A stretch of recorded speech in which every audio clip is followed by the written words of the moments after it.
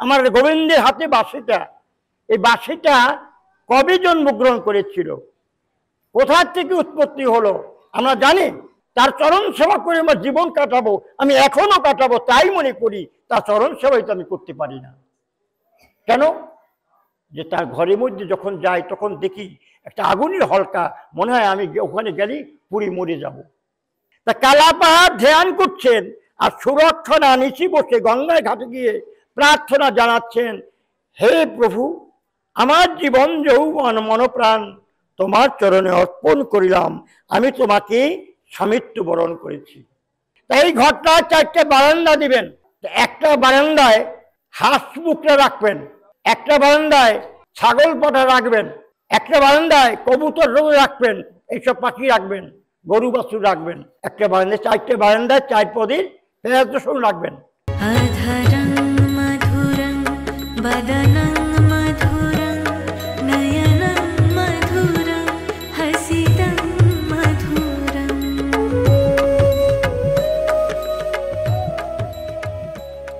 আমার গোবিন্দের হাতে বাঁশিটা, এই বাঁশিটা কবে জন্মগ্রহণ করেছিল, কোথা থেকে উৎপত্তি হলো আমরা জানি। এটা আইগুর হরি বল। আজকের যে বাঁশি জন্ম কোথা থেকে হয়েছিল আমরা সেই সম্বন্ধে একটু বলবো। যে বাঁশি কয় প্রকার? 3 প্রকার বাঁশি আছে। শ্রী কৃষ্ণ ভক্তবৃন্দ, এই 3 প্রকার বাঁশি হচ্ছে, প্রথম বাঁশির নাম হচ্ছে বেনু। আমার গোবিন্দ 3 প্রকারের বাঁশি বাজাইয়ে ভক্তগণকে পাগল করেছিলেন, পথে এনেছিলেন। শুধু সখীদের নয়, সমস্ত জীবকে উনি এনেছিলেন বংশীধ্বনি করে। তার ওই প্রথম বাঁশিটার নাম হচ্ছে বেনু। বেনুর কয়টা ছিদ্র আমাদের বুঝতে হবে। কয়টা ছিদ্র বেনুর? বেনু দেখেছ? বেনু হলো 6টা ছিদ্র। মনে রাখতে হবে সবাই, কিন্তু আবার জিজ্ঞাসা যখন আসবো পাঠে তখন জিজ্ঞাসা করব, বেনু কয়টা ছিদ্র? 6টা ছিদ্র। তারপরে হচ্ছে মুরালি। মুরালির ছিদ্র হচ্ছে কয়টা? 4টা। এই 4টা ছিদ্র। তবে আমরা আসি, প্রথম দিকে তো আসি, বেনু যে আমাদের 6টা, কি বাঁশিটা আমাদের দেহের মধ্যে নিয়ে যায়। হরি বল। বাঁশিটা কিন্তু আমার দেহের মধ্যে নিয়ে যায়। কয়টা রিপু আমাদের? ষড়রিপু, 6টা রিপু। হ্যাঁ, এই 6টা রিপু কিন্তু আমার বংশীধ্বনি আমার মহাপ্রভু, আমার গোবিন্দ করেছিলেন। মহাপ্রভু না, গোবিন্দ করেছিলেন। হরি বল। তাহলে 6টা, আর হচ্ছে 4টা। কি? 4টা হচ্ছে বংশী, 4টা ছিদ্র। এই 4টা ছিদ্র কি? আমরা যে সমাজে বসবাস করি, কয়টা বেদ নিয়ে করি? তো কয়টা বেদ? চতুর্বেদ। চতুর্বেদকে নিয়ে, এই চতুর্বেদটা কেন করা হয়েছিল? সমাজকে রক্ষা করার জন্য, সমাজকে শাসন করার জন্য। এই বেদ যে আমরা বেদাতীত অনেক হয়ে গেছে, অনেকেই আমরা বেদের মধ্যে এখনো জড়িয়ে আছি। বেদ থেকে আমরা বেরিয়ে যেতে পারিনি। পেরেছি দেখি? হরি বল। আর বংশীধ্বনি কখন হয়েছিল? যখন বংশীধ্বনি হবে আমার এই নবদ্বার, 9টা দ্বার।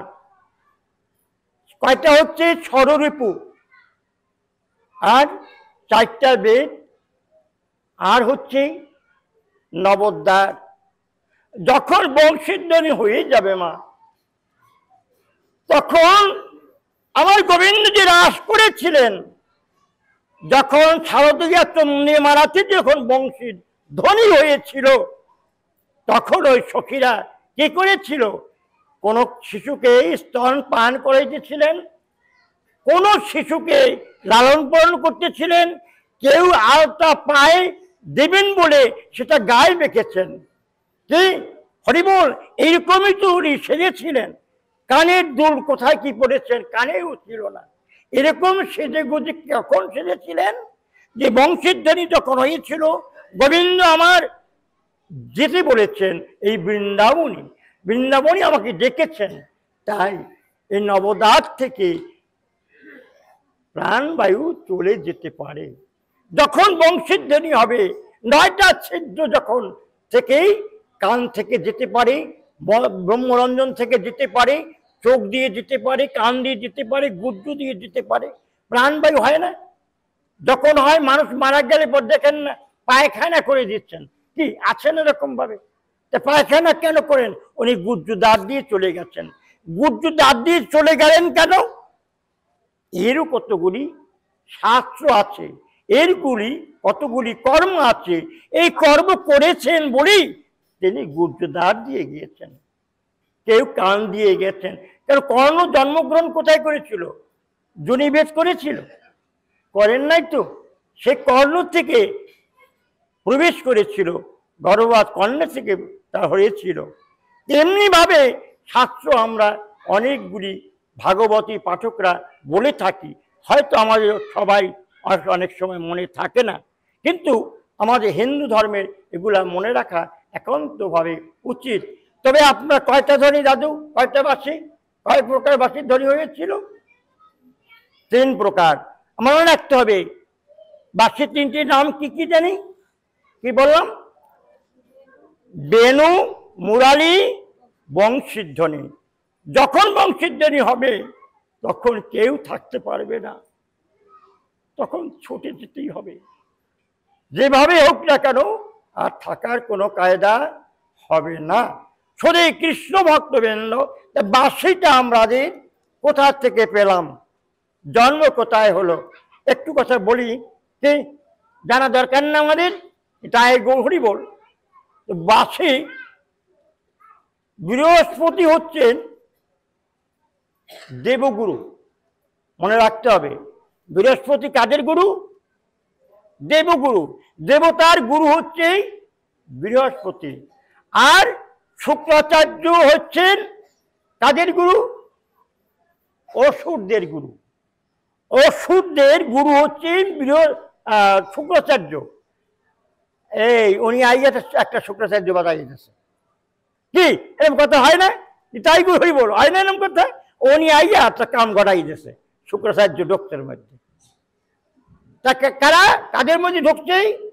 শুক্রাচার্য হচ্ছে অসুরদের। অসুরদের এই মারা গেলে পরে শুক্রাচার্যর এমন জিনিস ছিল, সে মৃত্যু সঞ্জীবনী মন্ত্র তিনি পাঠ করে ওই অসুরদেরকে দিয়ে দিতে পারত। কিন্তু বৃহস্পতি ওই মৃত্যু সঞ্জীবনী জানেন না। শুধু কৃষ্ণ ভক্তবৃন্দ আজকে বৃহস্পতি কি করলেন, কি করবেন, উনি চিন্তা করলেন, আমি দেবতাদের জন্য আমি কি করতে পারি? হরি বল, আমি দেবতার জন্য কি করতে পারি? তখন বৃহস্পতি একটি যজ্ঞ, ধর্মীয় যজ্ঞ অনুষ্ঠান করলেন। যজ্ঞে আহুতি দিতে দিতেই ওই যজ্ঞ থেকে একটি বংশী অর্থাৎ একটা বাঁশ তৈরি হলো। এই যে বাঁশির জন্ম কোথা থেকে হলো? হরিবল, এই বাঁশ হিন্দু মুসলমান সবার কাজেই লাগে, মৃত্যুর পরেও লাগে। হরিবল, এই বাঁশ তখন যজ্ঞ থেকে, যজ্ঞ যে আহুতি দেওয়া হয়, ব্রাহ্মণরা দেখো দেয়, দেখো না কুণ্ডলি করে যায় না, ঘি দেয়, যজ্ঞ ডুমুর দেয়, বিভিন্ন কাঠ দিয়ে আহুতি করা হয় সেই যজ্ঞ কুণ্ডের মধ্যে। এই যজ্ঞ থেকে একটি বাঁশ উঠল। বৃহস্পতি চিন্তা করলো, এই বাঁশটি কেন উঠল? আমি যজ্ঞ করেছি, যজ্ঞের মধ্যে থেকে আহুতি দিতে দিতে বাঁশটা উঠলো কেন? তবে এই বাঁশ আমি কোন কাজে লাগাইতে পারি? শুধু কৃষ্ণ ভক্তবৃন্দ, ওই বাঁশটা হচ্ছে যেমন আমরা গীত বলি না, গীত, তাহলে ওই বাঁশটা হচ্ছে 25টা গীত হয়েছিল। মনে রাখতে হবে কয়টা গীত? 25টা গীত হয়েছিল। বৃহস্পতি কি করলেন? গোড়ার থেকে 3টি গীত দিয়ে গান্ডীব তৈরি করা হলো। এই গান্ডীবটা কি সাধু ভাই? গান্ডীবটা কি? এই গান্ডীব কার ছিল? হরি বল। এই গান্ডীব আমার বিষ্ণুর হাতে ছিল। দেখো নাই চতুর্হস্তে যে 4টা হাতে তার কিছু শঙ্খ চক্র গদা পদ্ম ছিল, তার সাথেই এই গান্ডীবও বিষ্ণুকে দিয়েছিল বৃহস্পতি। হরি বল। তাই 3টি চলে গেল গীত, যে 3টা গীত দিয়ে গান্ডীব তৈরি করা হলো। আর 9টি পর্ব সারঙ্গ, ভুল বলছি আমি, 9টা গীত দিয়ে সারঙ্গ তৈরি করা হলো। এই সারঙ্গ হচ্ছে বিষ্ণুর কাছে থাকেন। আর 7টি হলো গারমুখ ধনুক, এটার নাম হলো গারমুখ। এই গারমুখ কার কাছে ছিল? মহেশ্বরকে দিয়েছিলেন। মহেশ্বর ওই ধনুকের নাম হচ্ছে গারমুখ। এই ধনুক কি করেছিলেন মহেশ্বর? কাকে দিয়েছিলেন সেটা যুগে? রাম অবতারে কাকে দিয়েছিলেন? জনক ঋষিকে দিয়েছিলেন। শুধু কৃষ্ণ ভক্তবৃন্দ, এই জনক ঋষিকে এই গারমুখ ধনুকটা দিয়েছিলেন। যে গারমুখ ধনুকটা দিয়ে কি হলো? জনক রাজাকে দিল। কেন দিল? তারও কি কারণ আছে, সেটা হয়তো আবার পরে বলবো। শুধু কৃষ্ণ ভক্তবৃন্দ, যখন রাম সীতার বিবাহের সময় এই যজ্ঞটা, এই ধনুকটাকে ভেঙেছিল। কি ভেঙেছিল না? জনক রাজার বলেছিল যে আমার এই সারজ্ঞ ধনুক যে ভাঙতে পারবে তার সাথে আমার মেয়ের বিবাহ দেব, একথা বলা হয়েছিল না? শুধু কৃষ্ণ ভক্তবৃন্দ, তাহলে ওই ধনুকটা রাম ভেঙেছিল, তাই সীতা দেবীকে বিবাহ করেছিল। সীতাকে বিবাহ করে তার কতটা কষ্ট করেছিলেন, হয়তো অনেক কিছুই তার গল্প আমরা রামায়ণে শুনেছি বা পাই। শুধু কৃষ্ণ ভক্তবৃন্দ, ওদিকে আমি যাব না। তাহলে আমাদের বাসের কথাটা জানতে হবে। আর হচ্ছে 5টি গীত। এই 5টি গীত দিয়ে হচ্ছে গৌরদণ্ড। 5টা গীত দিয়ে হচ্ছে গৌরদণ্ড। এই দণ্ডটা কাকে দিয়েছিলেন? অর্জুনকে দিয়েছিলেন। আপনাদের কি মনে আছে যিনি শ্রীমদ্ ভগবত গীতায় কয়েকজন নিয়ে এই গীতাখানা তৈরি করা হয়েছিল? মনে আছে কেউ? ধৃতরাষ্ট্র উবাচ, যে কথাটা আমরা গীতায় পড়ি। ধৃতরাষ্ট্র কে কে ছিলেন? ধৃতরাষ্ট্র কে ছিলেন? অন্ধ। আর কে ছিলেন? সঞ্জয়। সঞ্জয় কি ছিলেন? সঞ্জয় কি? জ্ঞান। সঞ্জয় হচ্ছে জ্ঞান। আর অন্ধ কি? অন্ধ আমি অন্ধ। আমার জ্ঞান যখন আসবে। আর কে ছিল? ভক্তি। ভক্তিরূপে কে ছিল? অর্জুন। ভক্তিরূপে অর্জুন ছিল না? এই উপদেশগুলি কাকে দিয়েছিল? অর্জুনকে দিয়েছিল না? হরি বল। তবে অর্জুনকে উপদেশ কে দিয়েছিলেন? অনাদি আদি গোবিন্দ। কে? তাহলে আমাদের শ্রীমদ্ ভগবত গীতা থেকে আমরা কি পাইলাম? যে আমি অন্ধ, আমি গীতা পড়ে জ্ঞান লাভ করলাম। জ্ঞান লাভের পরে আমার কি হলো? ভক্তি হলো। কি ভক্তি হলো না? ভক্তি যখন হলেও তখন কি হলো? আমার শ্রী গোবিন্দ উদয় হলো। হরি বল। তাই অন্ধ থেকে জ্ঞান, জ্ঞান থেকে ভক্তি, ভক্তি থেকে হবে মুক্তি। শুধু কৃষ্ণ ভক্তবৃন্দ, তাহলে আমাদের কয়টা গীত গেলে চলে? 24টা গীত চলে, গুনছো নাকি কোনো নাই? তা গুণ বানাতে ছন্দ লাগে কি বসে? 24টা গীত চলে গেল, একটি গীত বাকি আছে। ওই বাসটায় 5টা চুরি হয়েছিল। এটা কিন্তু আজকের না, এই কথাটা কিন্তু সত্যযুগের থেকে। তা 5টা চুরি হয়েছিল, তাহলে ওই 24টা গীত চলে গেল 3টা ধনুকেই, আর একটা গীত যেটা রয়েছিল সেটা হচ্ছে আমার গোবিন্দকে বাঁশি রূপে দিয়ে দিয়েছিলেন। এই বংশীধ্বনি, 3 প্রকারের বংশীধ্বনি জীবকে উদ্ধার করবেন। যখন বংশীধ্বনি হবেই তখন কোনো জীব আর থাকতেই পারবে না। শুধু কৃষ্ণ ভক্তবৃন্দ, তা আপনারা ওই বাস সম্পর্কে বুঝতে পেরেছেন, বাঁশি কোথার থেকে জন্ম হলো?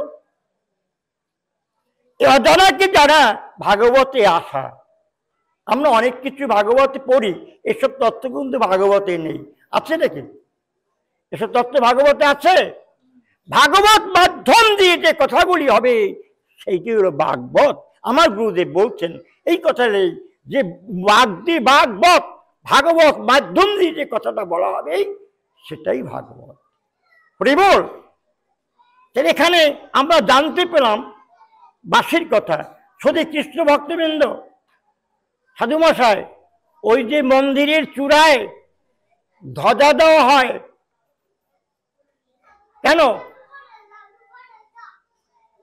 এই যে আমাদের রথ যে টানি, এতো ধ্বজা দেওয়া হয়, আর কি করা হয়? 4টা পতাকাও দেওয়া হয়। কি হরিবল? 4টা রথের উপরে পতাকা দেওয়া হয়, আর উপরে একটা কি দেওয়া হয়? নিশান। ওটা কি বলে? ধ্বজা। যারা নাকি তীর্থ পর্যটনে গিয়েছেন, রথ দেখতে গিয়েছেন, অথবা জগন্নাথে গিয়েছেন, যারা উড়িষ্যায় গিয়েছেন যারা, তারা সেই জগন্নাথ মন্দিরের উপরে ধ্বজা দেওয়া আছে। ওই থেকে, ধ্বজার উপর থেকে একটা পাখিও যেতে পারে না। সত্য প্রমাণ। একটা পাখি ওই ধ্বজার উপর থেকে যেতে পারে না, একটা প্লেন যেতে পারে না। প্লেনটা যেতে হলে ঘুরে যেতে হবে, ওই ধ্বজার উপর থেকে যেতে পারবে না। কোনো কায়দা নাই, কোনো বৈজ্ঞানিক নাই যে বৈজ্ঞানিক দিয়ে এটাকে সে নিয়ে যাবে। শুধু কৃষ্ণ ভক্তবৃন্দ, তাহলে এই যে 5টা টুনি হয়েছিল, এই একটা টুনি হচ্ছে ধ্বজা রূপে দেওয়া হয়েছে গোবিন্দ মন্দিরে, আর 4টা যে টুনি ছিল, সেই 4টা টুনি দিয়ে আমরা যে পূজা পার্বণ করি, যে ঘট পাতাই না, হয়তো আপনাকে দেশে খাক দিয়ে তৈরি করা হয়, মূলত হচ্ছে টুনি দিয়ে তীর বানাবে। এই তীর দিয়ে ঘটের চতুর্পাশে দেবে। কেন? ওরা হচ্ছে পাহারাদার। এখানে কোনো অশুভ ওই ঘটের মাধ্যমে ভিতরে প্রবেশ না করতে পারে। এখানে আরো করা হয় কি? লাল সুতা দিয়ে পেঁচানো হয়। হিন্দু ধর্ম যখন আমাদের, আমরা ঘট পাতাই, তীর কাটি, তীর কুপি। কেন কুপি? এই 4টা মন্দিরে কীর্তন যখন আমরা করি, 4টা কলা গাছ কুপি। কেন? 4টা নারকেল দেয়ের উপরে 4টা ঘট পাতাই, মধ্যে একটা পাতাই। এগুলি ব্যাখ্যা আর এক সময় করবো। তাহলে এই 5টা টুনি তো সমাধান পেয়েছেন। তবে আমাদের কৃষ্ণ ভক্তি উদয় হয় না, আমাদের কেন হচ্ছে না? এই প্রসঙ্গে আমি অল্প একটু কথা বলবো, কারণ আমার এখানে কিছু গান বাইনও আছে, তাদের মুখে 2-1টি গান আমিও শুনবো, কারণ আমি তো গলার থেকেও পারি না। একটু বিশ্রামও তাদের দিয়ে, তাদের মুখে একটু গান শুনলে আমি একটু বিশ্রামে যাব। হরিবল, আমাদের দামোদর মাসে কি কি খাওয়া নিষেধ হয়েছিল? আমরা নিরামিষ আহার করব, হবিষ্যন্ন আহার করব। নিরামিষ যদি আমরা সেদ্ধ চাউল যদি না খেয়ে থাকতে, মানে আতপ চাল যদি না খেয়ে থাকতে পারি, তাহলে আমরা সেদ্ধ চাউলে ভাত খাবো, নিরামিষ। আর আমাদের কি কথা ছিল? যে আমরা প্রদীপ প্রজ্বলন করব, এই কথা তো ছিল। শুধু কৃষ্ণ ভক্তবৃন্দ, আরো কি কথা ছিল? যে 1 মাস ব্যাপী আমরা কৃষ্ণ কথা শুনবো। আর কি কথা ছিল? আমরা মিথ্যা কথা বলবো না, অনাচার অবিচার করব না। একটা মাসে আমাদের এই কথাগুলি বলা হয়েছিল, তাই না? শুধু কৃষ্ণ ভক্তবৃন্দ, আজকের এক মহারাজের একটি কন্যা সুলক্ষণা। তা সুলক্ষণা কৃষ্ণ ভক্ত পরায়ণা। তা কৃষ্ণ ভক্ত পরায়ণা তখন গোবিন্দকে সবসময়ের জন্য ভজনা করেন। তো ছোটবেলা থেকে কিন্তু এটা শিখেছেন। শুধু কৃষ্ণ ভক্তবৃন্দ, এই ছোটবেলা থেকে যে শিক্ষা, যে ছেলেমেয়েরা কৃষ্ণ ভক্ত হয়েছে, আমরা অনেক সময় ফেসবুকে অনেক সময় দেখতে পাই, অনেক সময় আমরা টিভিতেও দেখতে পাই, ছোট ছোট বাচ্চারা কি সুন্দর অভিনয় করছে। এই অভিনয়গুলি কেন করতে পারে? একমাত্র হচ্ছে মায়েরা। এই মায়েদের দ্বারা এই সন্তানদেরকে শিক্ষাগুলো একমাত্র তারাই। যেভাবে সেই সন্তানকে শেখাচ্ছেন মায়েরা, সেই সন্তানরা কিন্তু সেইভাবে শিখে যাচ্ছেন। যখন মেয়ে বড় হলে পরে বাবাদের কি, মায়েদের বাবাদের সবাই একটা চিন্তা, কোথায় কোনভাবে কার সাথে এই মেয়েটা বিবাহ দেব। একটি ভালো ছেলের সাথে যদি মেয়েটা বিবাহ দিতে পারি তাহলে হয়তো আমার সার্থকতা হবে। এরকম আছে না? এই সংকল্প আমাদের সকলেরই আছে, আর আমাদের সকলেরই এই আশাতেই আছে। হরিবল।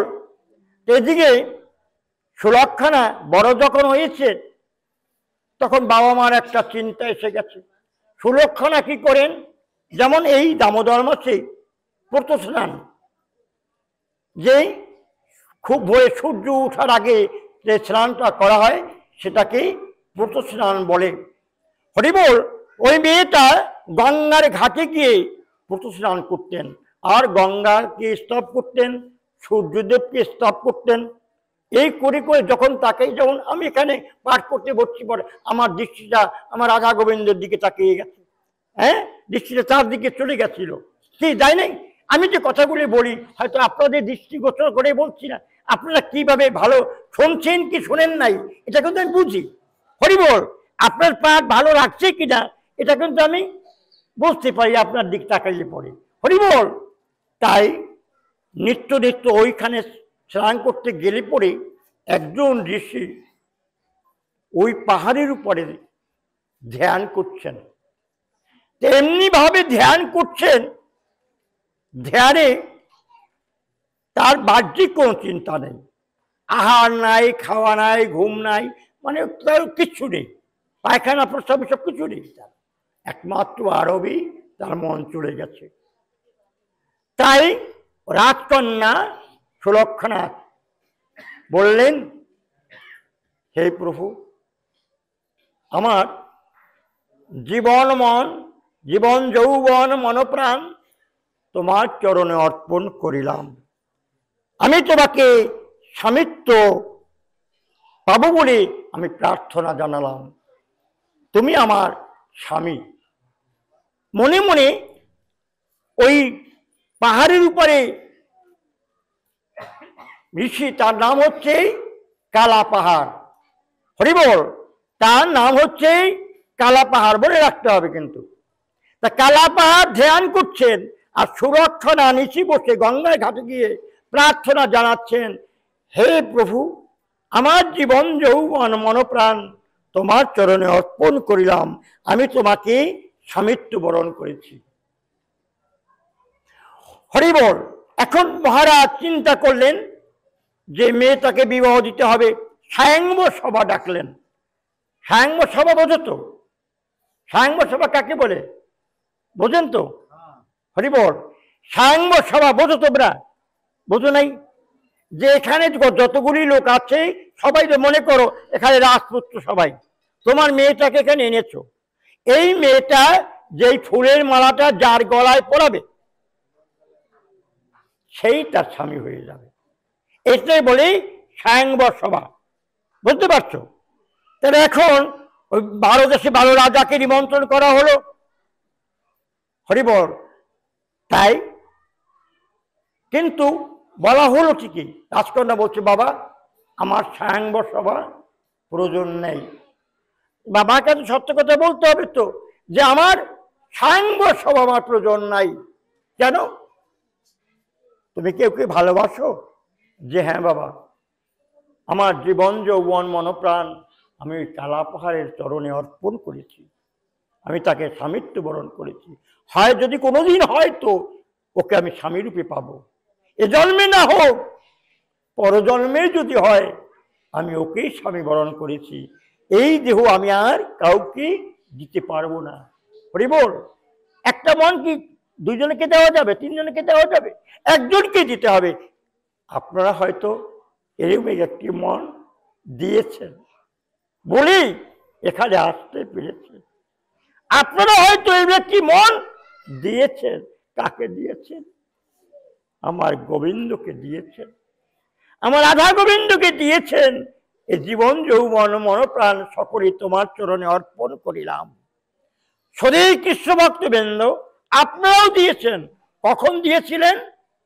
যখন আপনি গুরু ঘরে গিয়েছিলেন, গুরুর কাছে যখন গিয়েছিলে। ওই দেহটা কার? ওই দেহটা কার? কারণ এই দেহটা আমি দিয়েছিলাম আমার গুরুর চরণে।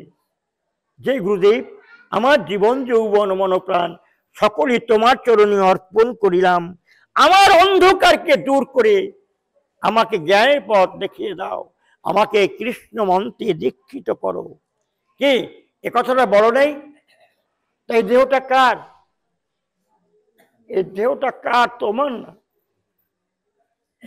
তোমার যখন না, তখন আমি এই কুখাদ্য আহার কেন করব? কুভাবে আমি কেন চলবো? এই দেহটা তো গুরুর। যদি গুরুর দেহটা হয়, গুরুকে যদি দিয়েই থাকো, সেখানে কি আর থাকতে পারে? এই দেহটা তো গুরু। তাহলে তোমার জীবন যৌবন মনপ্রাণ তোমার চরণে অর্পণ করেছি। তাই বাবা কি বললো? বাবা আমার সায়ংব সবার কোনো প্রয়োজন নেই। এবার তুই কাকে ভালোবেসেছিস? যে হ্যাঁ আমি ভালোবেসেছি। কাকে? যে ওই পাহাড়ে যে ধ্যান করছেন কালা পাহাড়, ওনাকে আমি আমার জীবন যৌবন মনপ্রাণ সকলই অর্পণ করে দিয়েছি। বলছে মা তুই কি করেছিস? তুই রাজার কন্যা, আজ রাজপুত্রের কাছে তোকে বিবাহ দিব, আর তুই ওই কালা পাহাড়ের কাছে মনপ্রাণ জীবন যৌবন অর্পণ করেছিস। এটা কি করেছিস? তুই কি বুঝে শুনে করেছিস? যে হ্যাঁ বাবা আমি এটা বুঝে শুনে করেছি। কেননা এ জীবন তো চলে যাবে একদিন।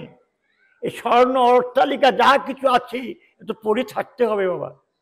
যদি নাকি ওই সাধুগুরু বৈষ্ণবের সঙ্গ করতে পারি, ওই সাধুগুরুর চরণ কমলে পড়ে যদি আমি জীবনটা কাটাতে পারি, তাই আমি এই জীবন তার চরণে অর্পণ করেছি।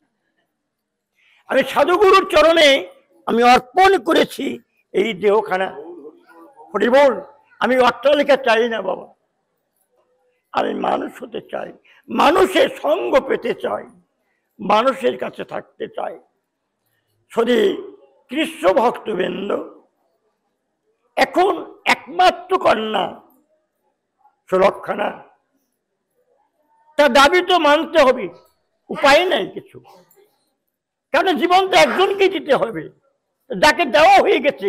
এই দেহ যাকে গুরুকে দান করেছি, এই দেহ তো আর কাউকে দান করতে পারবো না। হরি বল, নিতাই হরি বল। তাই ওই সায়ংবর সভায় না ডেকেই রাজা অর্ডার দিল, যাও ওই কালা পাহাড়কে নিয়ে এসো। তাই পাহাড়ে উঠে গিয়ে যারা আনতে গেলেন, পাত্র মিত্র যারা আনতে গেলেন, যখন বলছে করুণ ভাবে অনুবিনয় করে তাকে আনতে হবে, তাকে কঠোর ভাবে আনা যাবে না। হরি বল। তাই পাহাড়ে যখন গেলেন, যখন ওনার ধ্যান ভঙ্গ হয়ে গেল, কাছাকাছিতে আর যাওয়া যায় না। কেন যাওয়া যায় না? তার যে জুতি যে রশ্মিটা বেরিয়ে যাচ্ছে, তাতে মনে হয় যেন ওখানে একটা আগুনের কুণ্ড। এরকম একটা ভয় পাচ্ছে। লোকজন সরাসরি তার কাছে যেতে পারে না, তার জুতিটা ভেবে বাহির হচ্ছে। তাই সাহস করে গিয়ে বলছেন, হে মণিবর, মহারাজ আপনাকে যেতে বলছে। মুনি বলছেন, দেখুন, আমি তো মহারাজের কোনো অন্যায় করি নাই, তার কোনো জমি দখল করি নাই, আমি বনে জঙ্গলে পাহাড় পর্বতে ধ্যান করি। মহারাজ আমাকে ধরে নিতে বলবে কেন? যে ধরে নিতে না, আপনাকে বলছি অনুবিনয় করে আপনার সাথে দুটি কথা বলবেন। এখন মনে তো রাগ হয়ে যায়, আবার ঠান্ডাও হয়ে যায়। তাই মহারাজ কথা যখন বলছেন, মহারাজের কাছে গেলেন। মহারাজের কাছে গিয়ে বললেন, মহারাজ, আমি কি অন্যায় করেছি যে অন্যায়ের জন্য আপনি আমাদেরকে ধরে নিয়ে আসছেন? বলছেন, না, অন্যায় তুমি করো নাই মণিবর, তবে আমি বড় বিপদগ্রস্ত, আমি বিপদে পড়েছি, বিপদ থেকে পরিত্রাণ পাওয়ার জন্য তোমাকে ডেকেছি, তুমি পারো আমার এই বিপদ থেকে মুক্তি করতে। শুধু কৃষ্ণ ভক্তবৃন্দ, তাই বলছি, বলুন কি আপনার বিপদ, আমি কিভাবে আপনার মুক্তি করতে পারি? যে আমার একমাত্র কন্যা সুলক্ষণা, সে বড় হয়েছে, ও নাকি আপনাকে মনপ্রাণে, জীবন যৌবন মনপ্রাণ আপনার চরণে অর্পণ করে দিয়েছে। এখন আপনাকে সে স্বামিত্ব বরণ করেছে, কিন্তু দয়া করে আমি সৎ পাত্রের হাতে এই কন্যা দানটি করতে চাই। শরীর কৃষ্ণ ভক্তবৃন্দ, যাদের আমাদের মেয়ে হয়েছে, হয়তো আমরা অনেক সময় দুঃখ মনে করি, আর যারা ছেলে হয়েছে যাদের, তারা তো হাসতে হাসতে বাসেন না। কিন্তু যারা ছেলে হয়েছেন তারা কিন্তু বেশি ভালো না। যাদের মেয়ে হয়েছে তারা ভাগ্যবান। হরি বল। যাদের মেয়ে হয়েছে তারা ভাগ্যবান কেন? তিনি মেয়েটাকেই দান করতে পেরেছেন। তোমার ছেলেটাকে দান করতে পেরেছো কেউ কাছে? পারো নাই তো। আরো ওই মেয়ের বাড়ি থেকে কি আনবে পোটলাটা, সেইটা চিন্তা করছো। কিন্তু ওই মেয়ের ছেলেটাকে তো কেউ কাছে দান করতে পারো না। হ্যাঁ, পেরেছো বটে। সেটা কোনটা? তোমার ছেলেকে যদি গুরুর কাছে সম্প্রদান করতে পারো, যে গুরুদেব, আমার এই ছেলেটাকে আপনার কাছে নিয়ে আসছি, আপনি তাকে গ্রহণ করুন। এখানে বলা যাইতে পারে, দান হতে পারে, কিন্তু দান হলে হবে কি, ওটা তুমি স্বীকার করবে না কোনোদিনই। কিন্তু মেয়েটাকে যখন দান করা হয়েছে সৎপত্রের হাতে, তিনি সেই পুণ্য সঞ্চয়ের ফলে তিনিও বৈকুণ্ঠ ধাম প্রাপ্ত হতে পারেন। এর আগে যে পাঠ করেছিলাম, নরহরির কথা বলেছিলাম, কি মনে আছে তো? নরহরির কথা মনে আছে তো? যে ভগবান শিব নিজে বিবাহ করেছেন তার মেয়েকে ভক্তির অঞ্জলি দিয়ে। যাই হোক না কেন, যে কথা বলতে আনছিলাম, এখন মণিবার বলছি, দেখুন, আমি মুনি, ঋষি, আমরা গাছের তলায় থাকি, জঙ্গলে যেখানে সেখানে থাকি। আপনার মেয়েকে যদি বিবাহ করি, তাহলে আমার সাথে থাকবে কেমন করে? সেটা রাজকন্যা, সে খাট পালঙ্কি ঘুমায়, কিন্তু আমার কাছে গেলে তো জঙ্গলে ঘুমাতে হবে। সুলক্ষণা এসে বলল, হে প্রভু, আমি খাট পালঙ্ক চাই না, আমি কিছুই চাই না, আমি চাই আপনার চরণাশ্রয় থাকতে, আমাকে আপনি গ্রহণ করুন। কারণ আমি জীবন যৌবন আপনাকে যখন দিয়েছি, আপনি যেখানে যাবেন আমি সেখানেই থাকবো। এজন্য আমার আর কোনো দুঃখ নেই।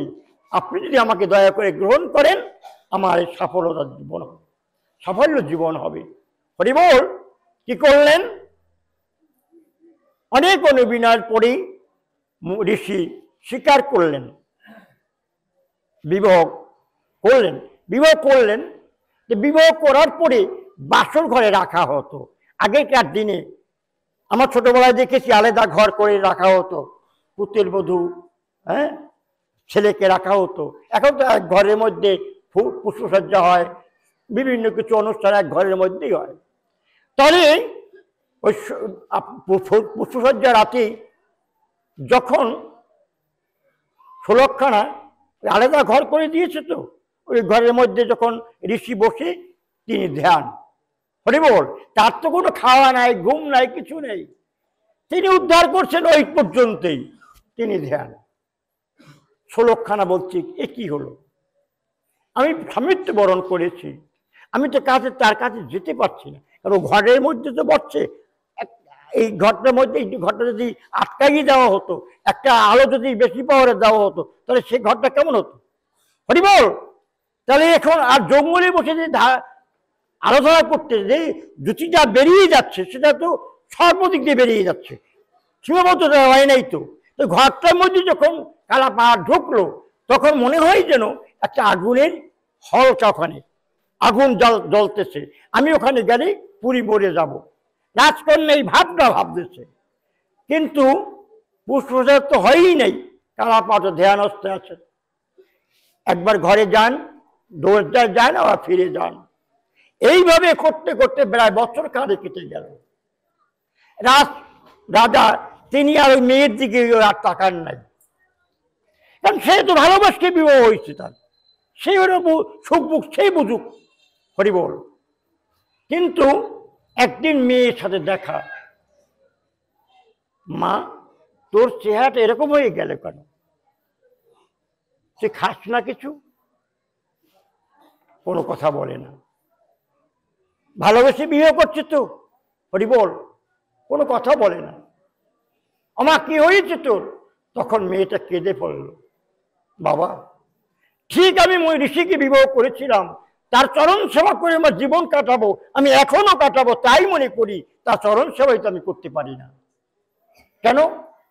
যে তার ঘরের মধ্যে যখন যাই তখন দেখি একটা আগুনের হলকা, মনে হয় আমি ওখানে গেলেই পুরি মরে যাব। হরি বল। আচ্ছা চল তো দেখি। মহারাজও গেলেন, গিয়ে দেখলেন হ্যাঁ কথা ঠিকই, মহারাজ দেখতে পাচ্ছে ঘরের মধ্যে ঢোকা যায় না, আগুনে পুড়ি মরে যাব, এরকম একটা ভাব দেখা গেল। হরি বল। শ্রী কৃষ্ণ ভক্তবৃন্দ তাই দেখে আপনাদের মতন এরকম সাধু মহাজনদের কাছে গেলেন, যে এর উপায় কি করা যায়, এই আগুন নিভানো যায় কি করে, হরি বল, এই আগুন নিভানো যায় কি করে বলতে পারো একটু? তোমরা যে আছে তোমার কাছে কিছু, এই আগুনটা নিভাই দিতে পারো? তো অনেকে অনেক বিধান করেছেন, কিন্তু কোন বিধানে আগুন নেবে না। একজন বেয়ারি জ্যোতিষী বললেন হ্যাঁ আমি আগুন নিভিয়ে দিতে পারি। তা কি করতে হবে? যে আপনার যে ঘরটা আছে এই ঘরটায় 4টা বারান্দা দিতে হবে। যদি কৃষ্ণ ভক্তবৃন্দ লক্ষ্য করবেন, কেন কৃষ্ণ ভক্ত উদয় হয় না, কেন আমাদের এই অবনতি ঘটছে, কেন এই প্রমাণ আপনারা এই কথায় পেয়ে যাবেন। তাই গো হরি বল। তাই এই ঘরটা 4টা বারান্দা দিবেন, হরি বল। তারপর একটা বারান্দায় হাঁস মুখটা রাখবেন, একটা বারান্দায় ছাগল পাঠা রাখবেন, একটা বারান্দায় কবুতর রাখবেন, এইসব পাখি রাখবেন, গরু বাছুর রাখবেন। একটা বারান্দায় 4টে বারান্দায় 4 পদের পেঁয়াজ রসুন রাখবেন, হরি বল। পেঁয়াজ রসুন রাখবেন বস্তা ভরিয়ে ভরিয়া, হরি বল। দেখবেন আপনার এই ঔষধে এই রোগ সেরে যাবে। শুধু কৃষ্ণ ভক্তবৃন্দ যারা কৃষ্ণ ভক্ত তাদের বাড়িতে ছাগল পাঠা পালা যাবে না, কবুতর পালা যাবে না, হাঁস মুরগি পালা যাবে না, খাওয়া তো দূরের কথা, হরি বল। এই কথাটা যে বলা হচ্ছে এই দামোদর মাসে আমি প্রেমের দিকে দাগিয়ে আমি এদিকে ধাবিত হয়েছি, কেন আমাদের মধ্যে ভক্তি উদয় হয় না? শুধু কৃষ্ণ ভক্তবৃন্দ তাই মহারাজ তাই করলেন, ছাগল পাটা রাখলেন, ওই ভিতরে তো কালা পাহাড়, পেঁয়াজ রসুনে বস্তা বস্তে রাখা হলো, হাঁস মুখি রাখা হলো, কবুতরের বাচ্চা রাখা হলো। এখন কেটা করবে? ভ্যাবা কতটায় খাবার দিত না, ক্ষুধার জন্য ভ্যাবা করে, আবার ওই হাঁস মুখগুলো ডাকে। এদিকে ওই পেঁয়াজ রসুন পচকা যে গন্ধ বাড়িতেছে কালা পাহাড়ে, আস্তে আস্তে ওই জ্যোতিটাকে নষ্ট হয়ে গেল। এখন সে যত ধারা আরাধনা করে আরাধনায় কোনো কাজেই আসতেছে না। এইরকম করতে করতে একদিন তার জ্যোতি কমে গেল। যখন কমে গেল তখন রাত কন্যা সুলক্ষণা ঢুকলো ঘরের ভিতরে, যে পা জড়িয়ে ধরছে, প্রভু তুমি আমাকে ক্ষমা করো। যে ক্ষমা, এ ক্ষমা হতে পারে না, এ ক্ষমা হতে পারে না। আমি যে স্থানে ছিলাম সেই স্থান থেকে তুমি আমাকে নরকে এনেছ, এর প্রতিশাস্তি তোমার পেতে হবে। আমা তোমরা মানা, তোমরা কিন্তু আমাদের পথে নিলে নিতে পারো, আর ডুবাইলে ডুবাইতেই পারো, তবে মায়েদের যদি লোভটা একটু কম হয় তাহলে বাবাদের লোভ কমে যাবে। কিন্তু মায়েরা এই আল্লাহ দিয়ে আমাদেরকে এই ধ্বংসের পথে নিও না। অনুরোধ জানাচ্ছি যে কথাটা বুঝতে পারছো তো না বোঝো নাই?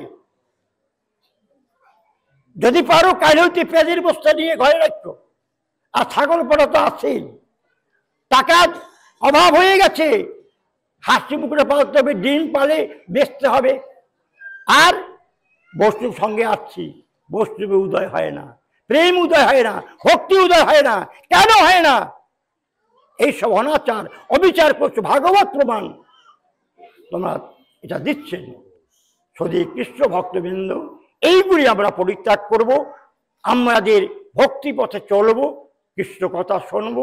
এই শুনলে পরে আমাদের হৃদয়ে কৃষ্ণ ভক্তি উদয় হবেই হবে, হবেই হবে।